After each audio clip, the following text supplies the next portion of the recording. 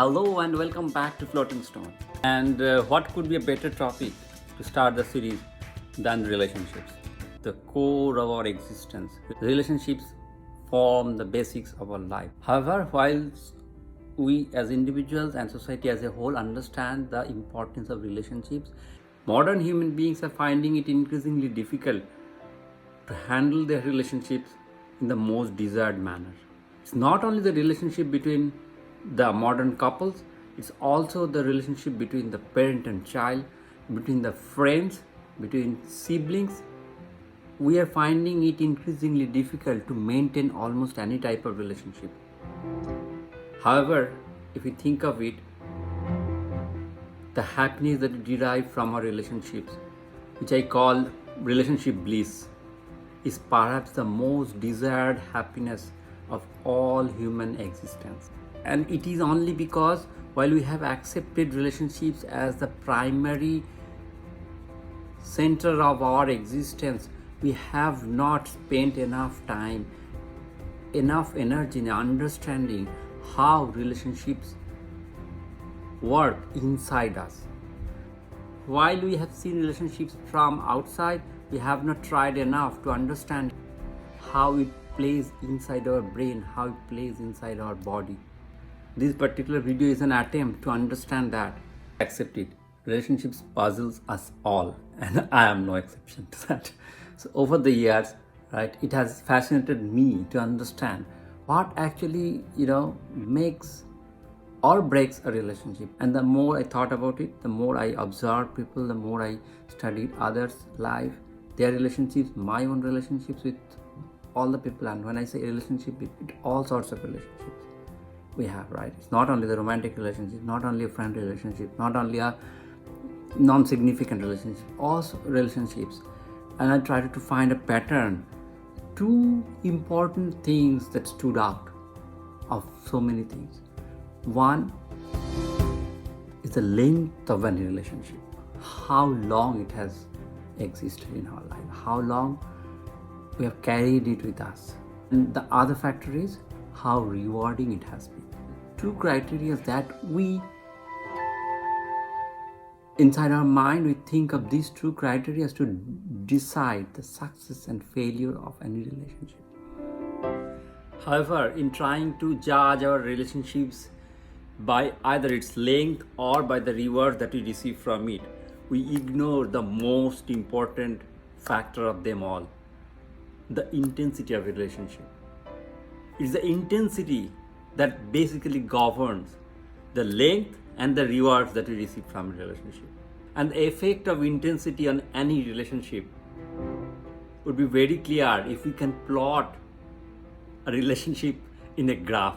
I know it sounds crazy, but I strongly believe it would shed a very new but unique light on the relationships, and it would definitely help us understand it much better than we understand it today. With length as our horizontal axis and intensity as our vertical axis. I know it's funny, but I am confident and you will see things very clearly once we go there. So if the intensity of a relationship goes in our vertical axis, and so this is intensity,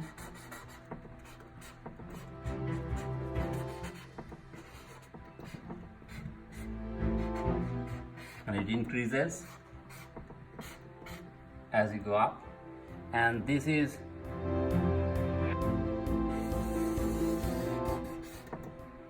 length of a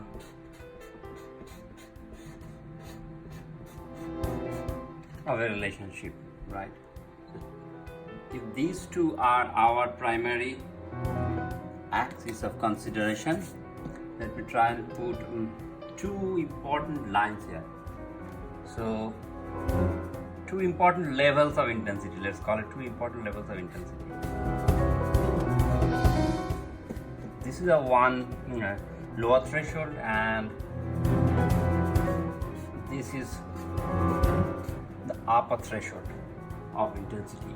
And if we name these two threshold levels, the lower one as ignorance and the upper one as romance, any relationship where the intensity is below the ignorance level, right?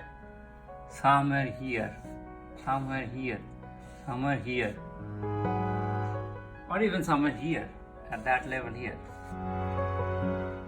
Those are the relationships that would affect us the least.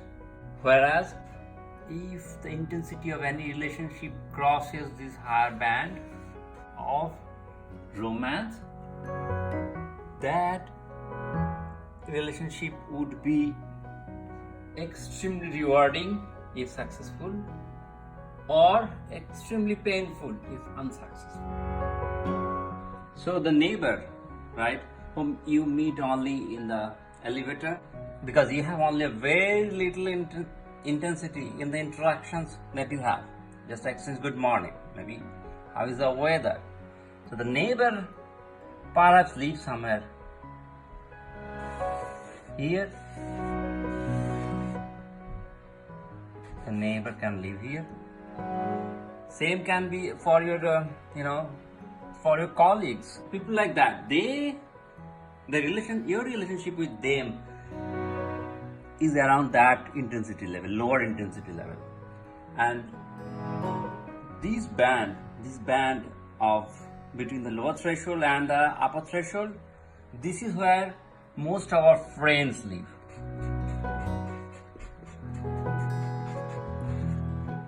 And this is the reason, and as you can see the reasons, right? You have different types of friends. The friends who have had the most influence in your life have had relationships somewhere in this range, somewhere around this area. Those who have been just classmates or colleagues, maybe some colleagues would probably go here as well, a little bit more. A manager who doesn't have too much influence on your life but does influence your life would probably be someone here. Friends who have been like friendly acquaintances mostly, they probably belong somewhere this range, maybe up to this range. Depends of their level of intimacy with you. The relationships that has given you the highest reward, the relationship that you feel most satisfied with, relationships with your best buddy, somebody who has been close to you for a very long time or for a very short time, but with a high level of intensity, like a girlfriend or a boyfriend who had some strong influence on you and you had spent some great times together. They would be here. They would be somewhere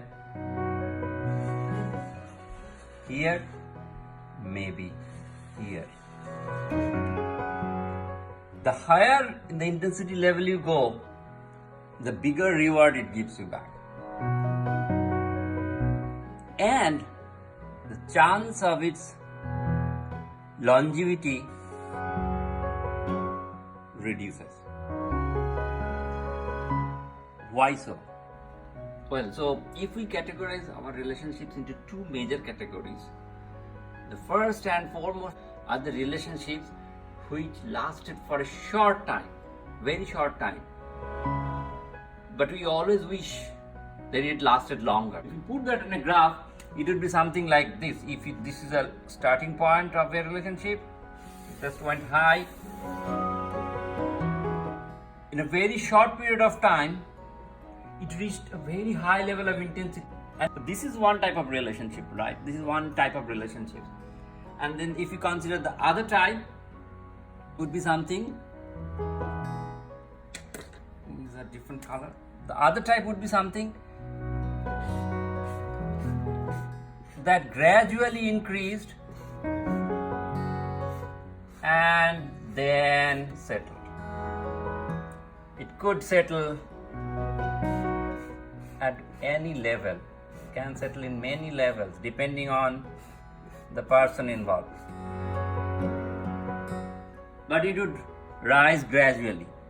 And so most of our romantic relationships that last for a short period of time, not for a very significant period of time, but you always miss them, are these, right? These red lines represent that kind of relationship. The friendly relationships that last over the years are these black, lines. This kind of relationship. Any relationship that goes past this higher threshold of intensity has a very low longevity above that, and so has less longevity compared to the relationships that never reaches these ones, right? That never reaches to this line, this higher threshold line, or maybe reaches closer to that, but never crosses the higher threshold lines. And again, once again, these two thresholds are thresholds of individuals and their relationships. It can vary. There is no, it's all relative things, but there are two thresholds always, the lower mark and the upper mark in the whole spectrum. So now the most important question arises. Why once a relationship process goes quite significantly past this upper threshold line, why you cannot retain that? Why you cannot have a relationship that will be here like this, in that higher threshold zone for the longest of the time? The answer lies the way our brain works. To tell it in a nutshell, right? Our brain is a very intelligent machine. It is much more intelligent than we are, frankly speaking. And however, it has its own flaws. What is the flaw? The flaw is it works only on rewards.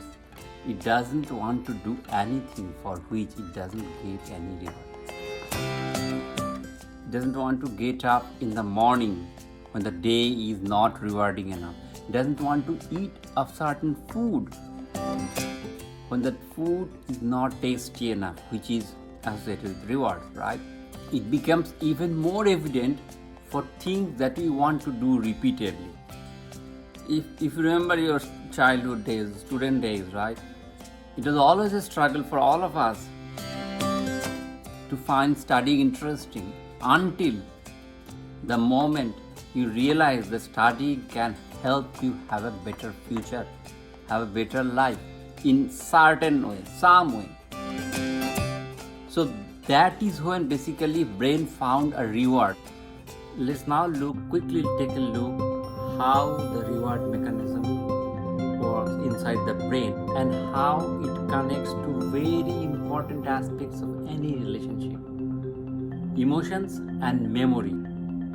I have drawn a pretty basic picture of a brain, right? And while you don't want to understand the functionality of how brain works is so complex, just want to concentrate on a couple of important things. So the reward mechanism in brain gets triggered by a certain neurotransmitter, which I believe most of us are aware, at least have heard the name. It's called dopamine, right? Dopamine is associated with happiness. If you hug somebody, if you eat some good food, if you have sex, dopamine is secreted. Dopamine is the agent that spreads happiness. When dopamine is created in VTA, somewhere here in the brain, it follows a brain reward pathway and spreads the messages to many other centers. The two most important for our consideration are amygdala, which is associated with emotions, and hippocampus, which is associated with memory formation. So if you think of a situation, right? You met somebody, you're feeling wonderful, had a great conversation, and dopamine is secreted. What it does, along with making you happy, it also helps connect the emotions that made you happy, also associates this emotional interaction, this moment, this happiness in your memory for a future reference. Now that we have understood a fair bit about the brain's reward system and how tricky it is, how it encompasses emotion and memory along with every reward. Think of a situation where you have met somebody and within a very short period of time you're feeling very attached to that person, feeling extremely happy about that relationship. The brain will trigger a very strong dose of dopamine, creating a very strong combination of emotion, happiness and a memory associated to it. Whereas in reality you have not spent enough time with that person in real world to back up that high level of reward generated. Once brain has found a certain reward point related to a certain relationship, it makes that reward point as its benchmark. As our human nature is, we always look for betterment, which also is basically driven by brain. So it also looks, every time you interact with that person, you try and look for a reward, for an excitement, for an happiness, for an emotional trigger that can surpass the initial one. And every time it falls below that benchmark, it feels disappointed, it feels dissatisfied, it feels angry, agitated. And you can imagine what happens in such relationships. And the quicker you have reached a very high peak, the earlier it will calm down. Say you had a relationship that is like this steep, this high, even higher than this level. There's a very high possibility that it would be like this. It will calm down like this. But for the relationships which has grown gradually, since these relationships grow gradually, brain keeps making newer benchmarks that are higher than the previous ones. And by the time, even if it settles, plateaus here, it only plateaus or settles after it has made a decent gradual upgradation in benchmark of rewards related to this particular relationship. So it feels much more comfortable continuing this relationship, sustaining this relationship, even at times accommodating even if there are small dips. Because even at the deep, this level is above many of the initial benchmark levels that are set, and it appreciates the gradual ascent of this relationship, and the relationship lasts long, very long, sometimes lifelong. I hope you have understood by this time that this is why many of the romantic relationships, the best romantic relationships one has, doesn't last long. I wish I had been with that person. I wish I had a longer term relationship with that person. I wish we had those great times and those great times lasted forever. Now you know why those great times doesn't last forever. However, the steepness of this gradual ascent also tells one thing: if the steepness is too flat, like this, it has a very less chance of ever reaching a very high level here. That is also, that's also for the same reason, right? The brain slowly adjusts and feels, okay, I'm happy with this level of intimacy, I'm happy with this level of reward system. And in such cases, the brain doesn't feel the need to take it to a very high level of reward, right? It feels satisfied with the moderate level of intensity and the reward system, and so the relationships also remains in that level. That is how it is. Most relationships are in our life are like that. They remain in the medium level of intensity and they last long. However, what about the couples? We see a lot of couples at the same time in our society everywhere who has had a great rap. We look at them and feel like, oh, they were made for each other. Literally, they are made for each other. It's not that you don't find them every now and then, but you also find them quite often. What is the secret of their relationship? Where do they belong in this graph that we talk about? So the couples who have had a very long history of a great relationship, literally great relationship, it primarily belongs into this area here. You see this is the higher threshold, right? Their relationship belongs somewhere in here. And it goes, if you want to make any relationship a great relationship, rewarding yet long lasting, this is the pattern you want to achieve. This pattern, what is this pattern tells?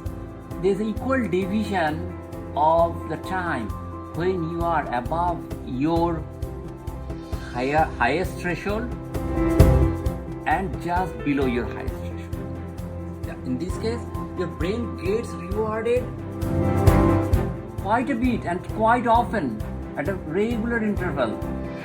However, as it is expected, it cannot last there. It falls down below these levels. But this couple always finds a trigger point to bring their relationship back to this level, above this threshold level. And they always find ways of going up. Again, in the natural process, it falls down, but they again find another trigger point to go up. Again, it falls down. As a natural process, brain feels tired. It cannot live in that high intensity for a very long time unless something constantly is triggering, constant adrenaline secretion is happening, right? Which never happens, which our body cannot survive. Our body is not made to last in a very high intensity level for a very long time. It will stop all other physiological activities and it will basically eventually die. It cannot live in that level of high intensity forever. However, there's a sign of a great couple who finds constant trigger points at these levels, right? It's like, if you know share market, you know that graph. Like again, as a natural process, it falls down, but again the couple finds another great way of triggering themselves. What are these trigger points? These trigger points could be anything, depending on you and your partner.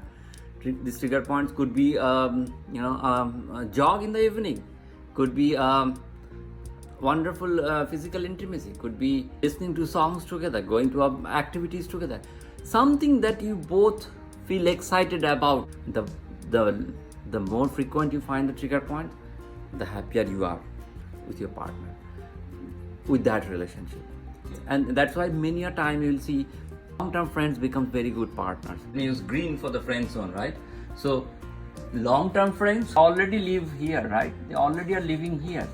It's just a matter, it's very easy actually for them to sometimes go higher, and whenever they fall back, they know how to live in this area and then find another trigger point. Whereas person who has not known each other for a long time and then suddenly reaches a very high peak, they don't have the rebound mechanism built into their system, into their relationship. The brain doesn't have enough background to understand how to bounce back from this level. If it could bounce back from this level again, it would have been a very good relationship as well, right? It would have been a bigger spike, but a very good relationship equally, because you don't have those habits, you don't have those common backgrounds, common traits, you don't know each other really well in every sphere of life to bounce back from these levels. Sadly, however greater intensity it was, it cannot find a pullback. It struggles and struggles and it comes to an end. Brain also likes that. It has reached this very high peak. Once it has reached this very high peak, it craves for that. And when it doesn't find that level, even here, right, at these levels, it is above, higher above that that second higher threshold, but still it is so much distance. Like the distance of this highest point and this level is also so it's such a big distance. The brain doesn't feel comfortable, doesn't accept it, that yes, this is also a rewarding relationship, but it doesn't. So now that we have understood the basics of how the intensity and the reward system of a relationship basically determines the longevity of a relationship, let's also think of it from a different perspective, right? From the perspective of human nature. Under the same situation, two people doesn't behave equally. As we talked about two types of relationships, let's talk about two extreme types of people as well, right? Who tend to have inclination towards a certain type of relationships. So people who are artistic by nature, right? Imaginative type of people who are not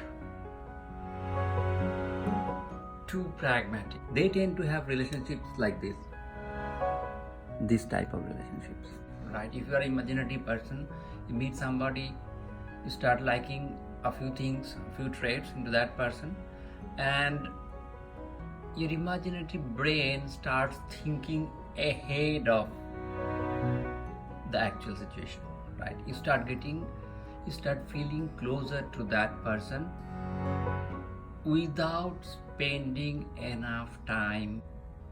So eventually you end up getting too close to a person in a very short period of time. So they tend to get into many relationships, and most of them end up being a short term. However, almost each of them are equally intense, and although the reward lasts for a short period of time, each of these relationships tend to be very rewarding for them. Some people call it inspiration. Whatever name you call it,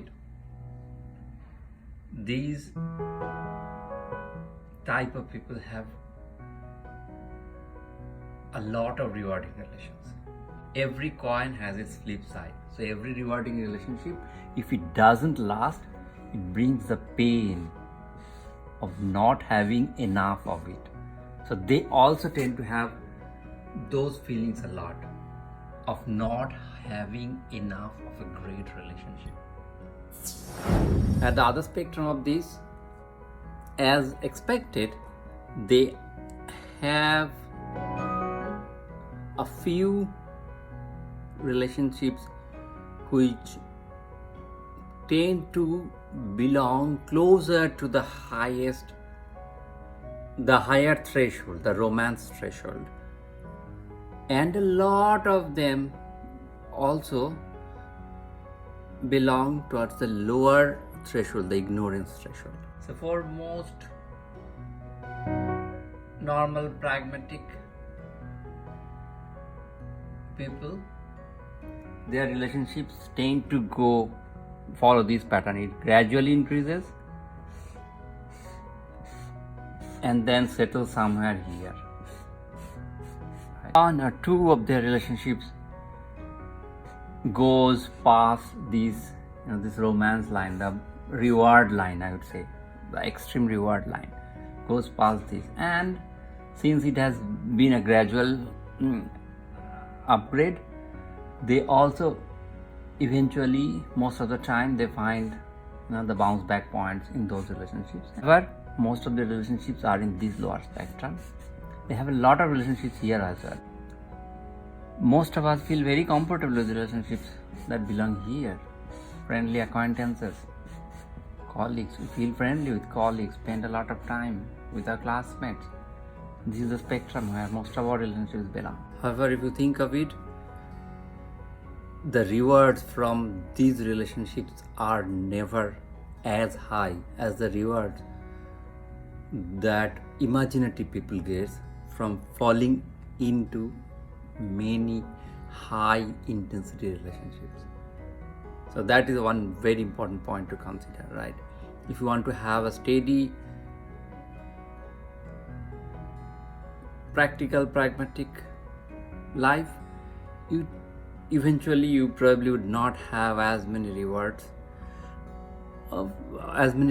as you would have expected from your relationships all through your life. The other important point to touch upon, right, is the difference between these two lines. Some people have a very wide gap between these two lines. They have a huge tolerance level, and eventually most of the people they know belongs into this friend zone. Most of the people they know belong to this friend zone. They have lots of friends at different intensity of relationships, right? For some people, this range is very narrow. Many times they don't understand the difference between the ignorance band and the romance band. Because of the overall narrowness of this range, they kind of, mix up between a highly rewarding relationship and a not so rewarding relationship, and don't exactly understand what is the difference between those two. So, if you are an imaginative, emotional person and find yourself falling in love frequently with a very short longevity, do yourself a favor. Next time you find somebody very interesting, very appealing, don't go too intimate too early. Start with a lower level of intimacy and give yourself time to gradually up your ante. Start with a lower, moderate level of intimacy and increase the reward level, setting newer, higher benchmarks gradually. That relationship would last longer, giving you much more reward and much less sorrow. On the other hand, if you are somebody who is too practical, too prudent to let your emotions take over your intelligence, your pragmatic thoughts, next time, please take your guards off. Even though you find the person very attractive for a long-term relationship, your brain will not let you enjoy the highest level of bliss and happiness in that relationship only because you're setting a very low repeated benchmarks, asking brain to be satisfied with a very low level of reward. And eventually you are denying yourself the opportunity of enjoying the relationship bliss, perhaps one of the most desired goals of our life. So, another important aspect I want to mention here is from a parent's perspective. Right? Based on understanding these basic principles of a relationship, how you can direct your relationship with your child, irrespective of your social background, as a parent, you probably want to have a long-term, probably a lifelong relationship with your child. However, as you have seen from those graphs that we have discussed for so long, a relationship too close to the romance band is very hard to sustain for a very long time. At the same time, as a parent, you don't want to be your relationship with your child in the lower spectrum of ignorance, right? That is not what you want. So your best bet is to be somewhere in the middle of those two ranges. As the popular wisdom says, be a friend to your child as they grow up. And I think our analysis also supports that popular wisdom, that being a friend to your child is the best way of building a long-term rewarding relationship for both of you. Hopefully this will help you understand, identify and improve the relationship that you currently have or the ones that you would have in the future. ending on that note, I want to say thank you and goodbye to all of you. If you have liked it, please subscribe to the channel so it will inspire me to put my thoughts and my effort into more videos similar to this. Thank you. Take care. Have a great life ahead.